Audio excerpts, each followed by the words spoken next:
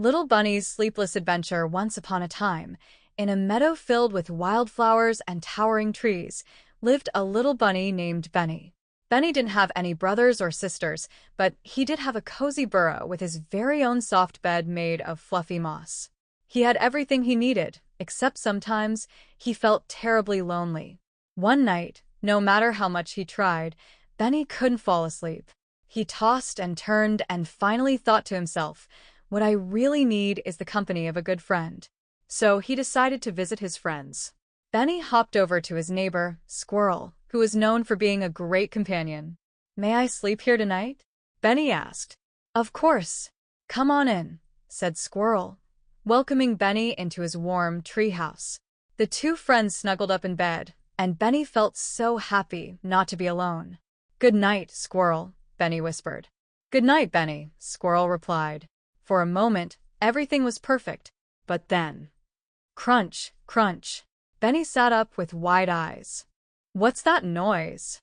"Oh, it's just me cracking acorns," said Squirrel cheerfully. "I always like a little midnight snack." "Well, thanks for having me," said Benny, yawning, "but I can't sleep with all that noise." So off Benny went, hopping to his next friend. Benny soon arrived at Skunk's house, where a cozy bed awaited him. "May I sleep here tonight?" Benny asked.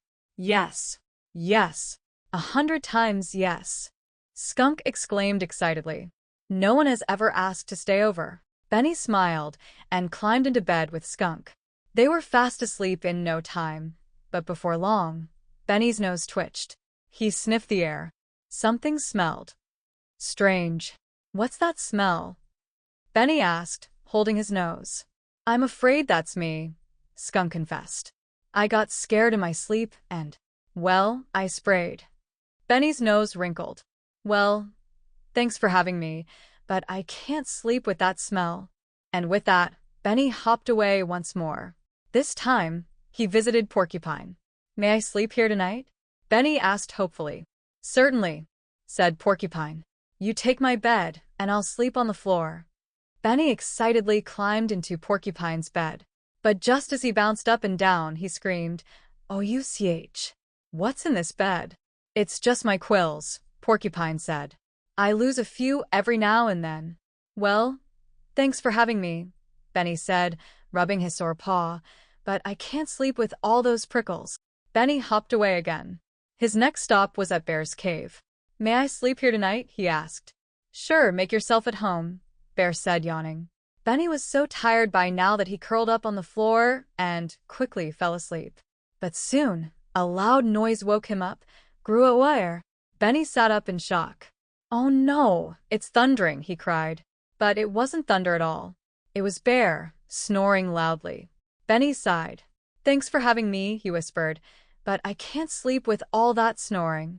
So, off he hopped again, even sleepier than before. By now, Benny was feeling desperate.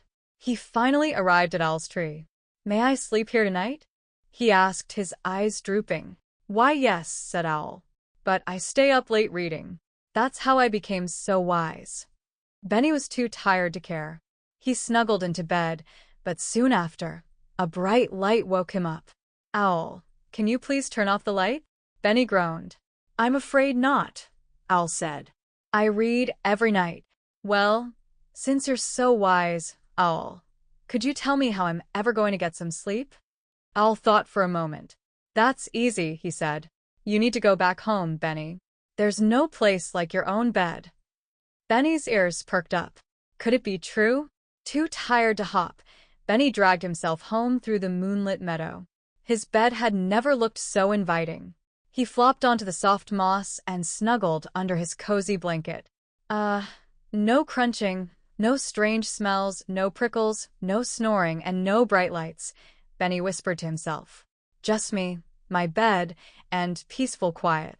And this time, Benny drifted off to sleep with a big smile, realizing that sometimes the best place to be is home.